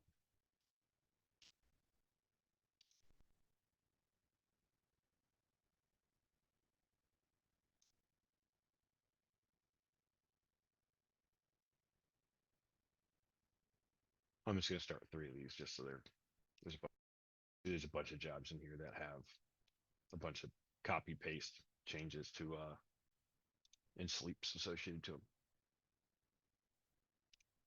So if you're running like an instance runner right off the bat, your minimum you would start with wouldn't be 1, right? But also your concurrent usually isn't going to be set to 3 either. So if you look here, it's running 3 jobs. And that's as intended. That's what I have my concurrency set to. And I did that so I can get it to scale faster without having to run a bazillion jobs.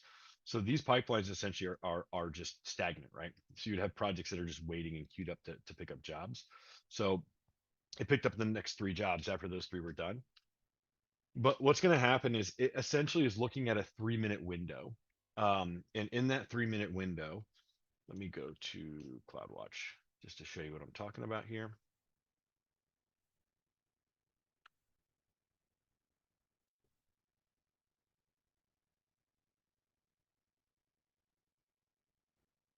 Okay, so here's all the alarms that are associated, right? There's 2 of them that are there.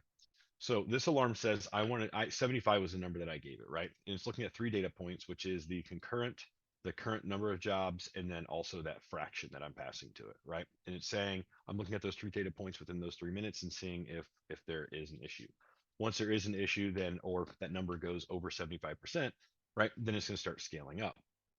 So if you look over here at all the metrics,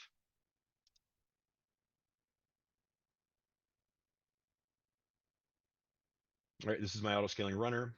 I'm not setting it because it's kind of too simple of a metric set to do that. Let's look at these, and I want to look at sum because that's what we're looking at, and let's do a period of 30 seconds just to kind of keep it up to speed. So you can see right here where the jobs got picked up, and it sees that it hit that concurrency, right? So it's going to wait for 3 minutes to do that. What this is doing is it's actually going to sum all of the concurrency. So each node is reporting that concurrency at the same time every minute. And the running jobs is reported. Is it every minute? I have to look at it. I think it's every minute. Anyway, and the concurrent jobs are being reported every minute as well. So it's summing all those together. So if you had 10 instances that were all set at a max 3 of concurrency, this max concurrency number here, right, would show us 30, right? Because it's going to combine all those together, just like the number of jobs will be combined as well. So yeah, this is going to run on its own, which is fine. So let me just look at these And so alarms here. you've set that up to be looking at just sort of the number of jobs that are running. You're not looking at system level metrics like memory or CPU utilization or anything, but you could if you wanted to. Yeah, but that's unimportant when it comes to scaling the runners, right? Because what Yeah. happens then is you have runners that are not doing the same thing. Therefore, you have a non-standard auto scaling group, right? So Right. this is where you have to kind of know your what your target is. So this would be things that, especially from like an instance level runner, this is going to pull in the common jobs, right? For like your security scanning or whatever. And you can have scaling runners that are available for all these different types of things. But if you did it off of CPU utilization or memory utilization, right, then your concurrency would be unknown in your configuration because you may have this job does this and that job does that, right? And so generally if you have a job that is like, hey, this is super memory intensive and I need something, then they need to build their own runner for it, right? That's kind of the Right. approach. This isn't a one size fits all across the board. This is just to handle the auto scaling piece of it. So right here you see this is in alarm now, right? It just popped as in alarm. So if I go back to my auto scaling group, wherever that may be. Oh, I jumped away from it, didn't I? Yeah, I did. So let me go back to my auto scaling group here. Right. And so now you can see there's 2 instances here. Right. And so it said, oh, there's something going on here. Right. So it scaled it and it's waiting for it to warm up. Right. The warm up for this is actually very quick. And once it's registered, then it's going to go ahead and start picking up jobs. This is the instance ID AB. Let me go see. And Scott, so that's still going to show as one runner in GitLab. Like GitLab really sees it as one because it's an auto scaling group, right? There's no Yep. way to know from within GitLab how many instances are running, right? No, and from that perspective, right, I'm not saying you shouldn't care, but from that perspective of running GitLab, it doesn't necessarily matter, right? That's the whole Sure. point of the auto scaling group. If you need to know that information, you can set up other metrics and log groups and everything else to do that. That's a hell of a lot better than having a billion entries in the runner table. So yeah. Yeah, so let me connect to this instance real quick because it's spinning up.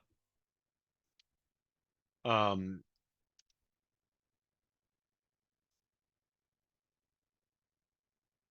that's not going to work. Actually, it does. GitLab. Oh, that's not going to work. GitLab. Somebody help. Somebody help me out here. GitLab runner status. Is that right?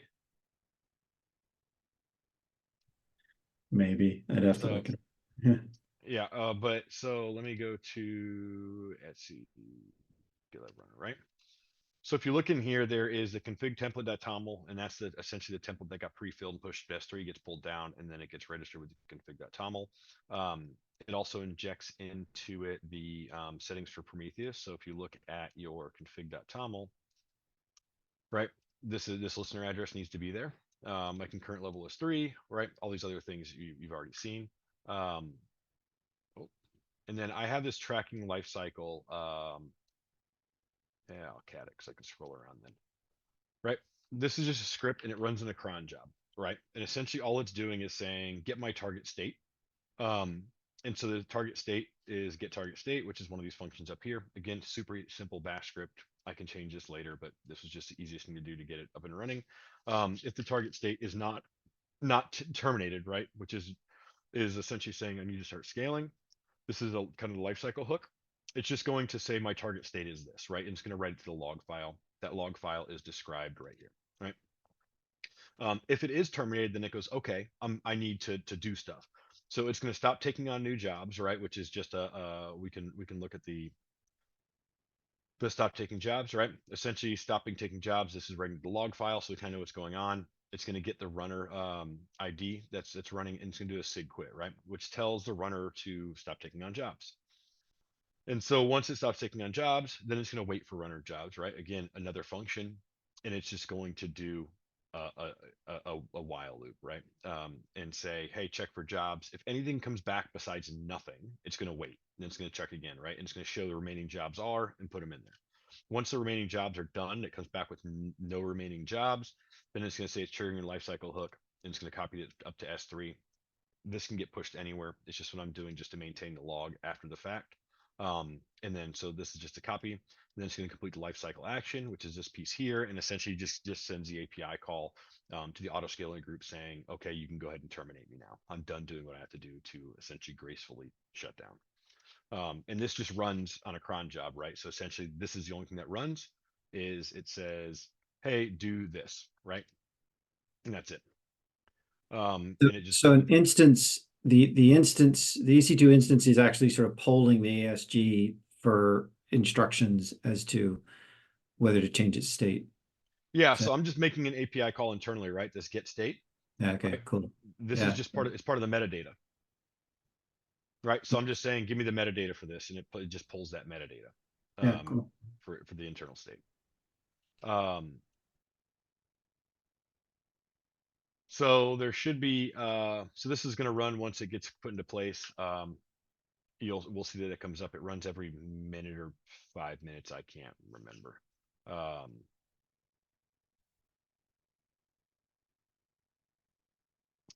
Oh, cron tab dash what? Is it list? I can't remember. Anyway, so that's gonna keep running until that comes up. But while this should actually probably be scaling some more. Yeah, it did. So it launched more instances, right? Because it's trying to take in that work. And if you look in these alarms here, if I look at all the metrics now, it's going to show this is up at 9 from the last run, but this is going to go up once it all reports in. So those items are constantly being pushed every minute. While that's running, let me go back here. Just want to check the time. And look at the actual source code associated to it, so we can kind of follow along what's happening here. This is just an environment example. Again, AWS on demand. There's gonna be more here eventually. These are the variables that need to be set right for your region. That's in the documentation. This main.tf doesn't need to be touched except for your bucket piece here. That's a lock file. Doesn't matter for what we're looking at. And then in the auto scaling piece, there are some templates. We'll look at those in a second. There's this auto scaling group here. Pretty standard auto scaling group. The only piece that is of note is this policy that I was talking about. So I have a target tracking configuration, right, which is an option within AWS. My target value is whatever I tell it my value is, which for me it's 75. That's my target value. I want my utilization from whatever numbers I give it to be 75. So I have this one metric, right? I'm calling M1, and that is the count of jobs that are running. I have one that I'm calling M2, that is the concurrency, and then I have this one that I'm actually calculating, that is M1 divided by M2 times 100, and that gives me my, my number of whatever that is. And that's the data that I'm returning, right? That's the only thing that I want to look at to compare against this. So then here's my lifecycle hooks, right, for terminating and what have you. Pretty straightforward from that perspective. And then this is just a create runner using the GitLab user runner resource from the GitLab Terraform provider. And these are just like you saw, runner type, all that kind of stuff. And then this is just uploading into the bucket, right, that template. and passing these variables into that template for the GitLab runner itself. IAM role, key pair, all pretty standard, S3 bucket, right? Within the templates here, this is my config.template.toml, right, to inject these things into. They're all variableized, and I'm using it to inject those into it and then upload it to S3. Same thing for my CloudWatch agent config. Prometheus is doing the same thing. User data, there's a bunch of stuff that's happening here, right? Like download the stuff, set up the cron job. Yeah, it's set to 5 minutes. Restart the runner because I'm updating some pieces here. And then from the OS type, it's going to actually copy the certs down from the server. So if you're running on a GitLab server that's got a self-signed certs or whatever it may be, something that's not .com or not public certs, it's going to pull the certs down from there, add them to your CA trust, and push them in so your GitLab runner doesn't run into that I don't trust this problem. And then it doesn't pick up any jobs. And then it's going to register the runner, right, with that token that came out of that the create runner job. And then this here is all it's going to do is tell it where the CloudWatch agent config is. All right, let's go back to this instance. Let's do another ls. There we go. So there's this lifecycle log here, right? So let's cat this lifecycle log, and you can see target states in service. That's it. 5 minutes later, it's going to say the same thing until it's ready to terminate it. Or if we do like to cycle the auto scaling group, right? It's going to get a terminate as well, and it's going to do the same thing. You'll see it gets added there, it gets pushed up to S3, all that kind of fun stuff. But we're not dealing with any of that right here. But this is essentially picking up jobs, doing the work that it needs to do. And then let me go back to alarms here. So these are okay. So you see that this number actually changed here, and it's looking for this based on how many nodes are out there. So 15 data points, right? Within 15 minutes, there's 3 data points for every 3 minutes, right? Essentially a data point a minute. So if for 15 minutes, the count is lower than 56.25%, right? Then it's going to start scaling down one by one, right? But also this number will change. This number gets closer to 75 the more instances that are out there, right? So instead of waiting for that number to really drop significantly before it starts scaling down instances, it's a little bit more touchy on that, so it doesn't have to wait as long to start scaling down, right, to essentially save you money. So you'll see this number changes the more instances you have. And then if we look at our metrics here, you can see I'm down to 0 jobs, right?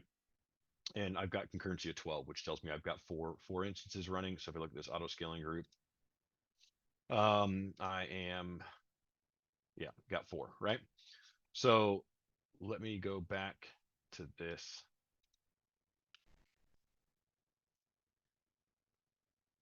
Instance here. And if I wanted to, I can go look at my jobs that are running, and it all looks like they're running from the same runner, right? It doesn't have any differentiator there. It doesn't know any different. Excuse me.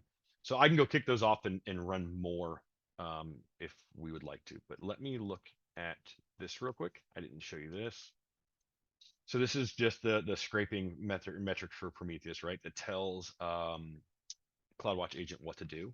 Essentially, it's scrape every minute. If there's a problem, right, timeout after 10 seconds. The endpoint, which is /metrics, that's just for Prometheus that we have built internal. This is the same address that we have in our config. And then it's just saying, give me the GitLab runner concurrent and the GitLab runner jobs. Give me those two pieces of information. And then the CloudWatch agent is going to push all that stuff up based on what's in that config. Actually, let me go back to that here.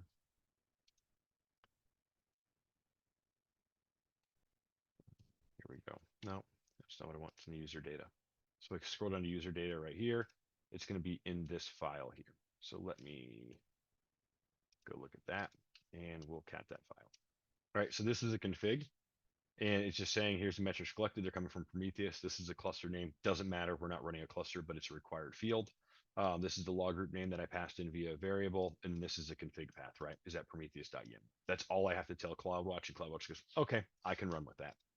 From there, everything is pretty straightforward from a metrics perspective. If I go back to lifecycle.log, there you go. There's another entry 5 minutes later, right? That's all it's going to do until it gets terminated. All right. Any questions?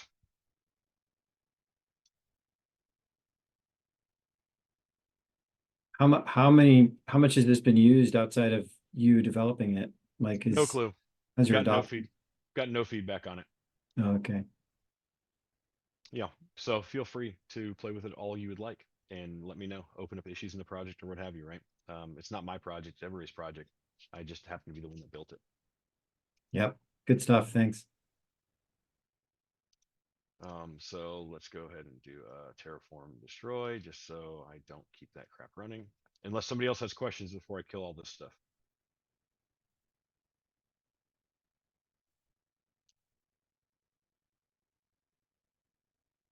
Oh, I'm on the wrong machine. I'm in the different directory.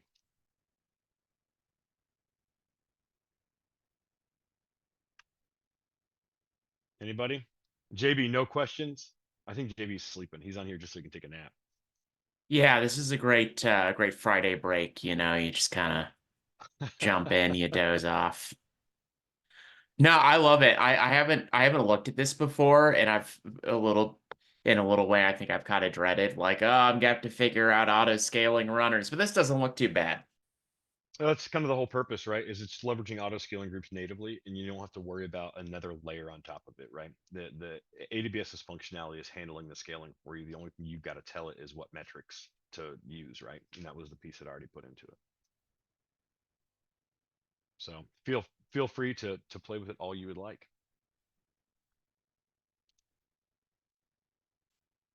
And once that's done, I'm going to kill these off as well.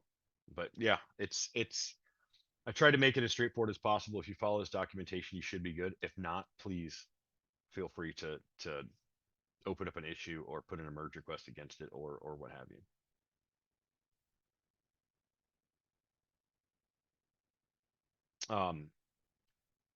If you want to cycle your auto scaling group, just so you know, if you make changes, in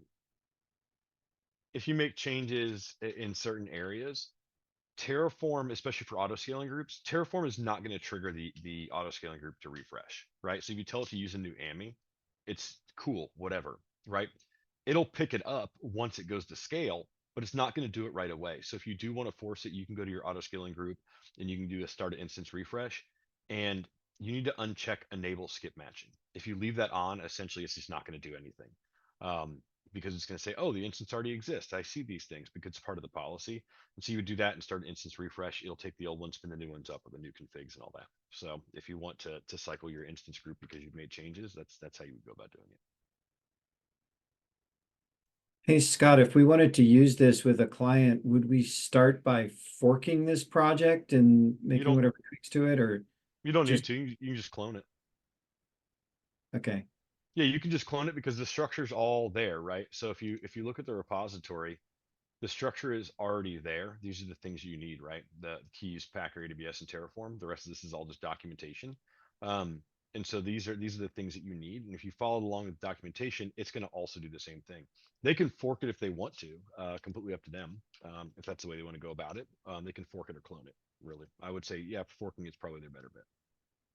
But yeah, make a copy of it any way you want to make a copy of it.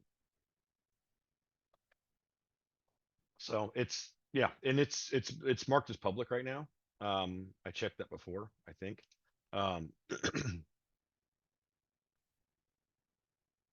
Yeah, it's public, so anybody can go in and pull it down. Okay, good. Those are done. Let me go clean these pieces up. Glenn, I think I'm done on my side, and I did it before time. Look at that. Last time I was over by a few minutes. The one this morning. Well done.